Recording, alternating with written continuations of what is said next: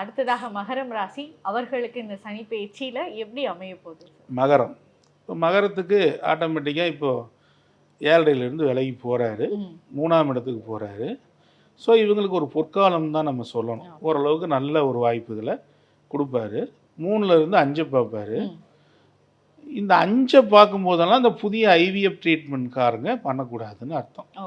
புதுசாக இந்த குழந்தை பிறக்கிறது அந்த மாதிரி விஷயங்களில் கொஞ்சம் கவனமாக இருக்கணும்னு அர்த்தம். அதே சமயம் அந்த மகரத்துக்கு 9ஆம் இடத்தையும் பார்ப்பார்.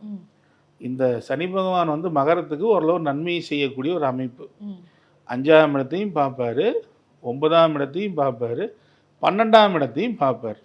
12ஆம் இடத்தையும் பார்ப்பார். இப்போ இவங்க என்ன பண்ணணும் அப்படின்னா 12ஆம் இடத்தை பார்க்கறதுனால பொதுவாக அது பாத யாத்திரை, இவங்க போகிறது 5, 9.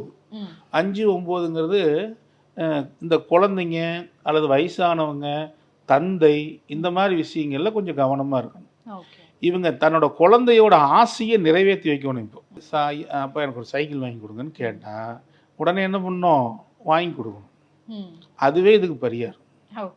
அதை விட்டால் இப்போ ஒரு பெண் இருக்காங்க, அவங்க வந்து வீட்டு பெண் வந்து அப்பா எனக்கு வந்து ஒரு கம்மல் வாங்கி கொடுங்க, ஒரு ஃபோன் வாங்கி கொடுங்கன்னா அவங்க என்ன கேட்குறாங்களோ அதை கொடுக்கறது இந்த மகர ராசிக்காரங்களுக்கு மிகப்பெரிய வெற்றியை கொடுக்கும்.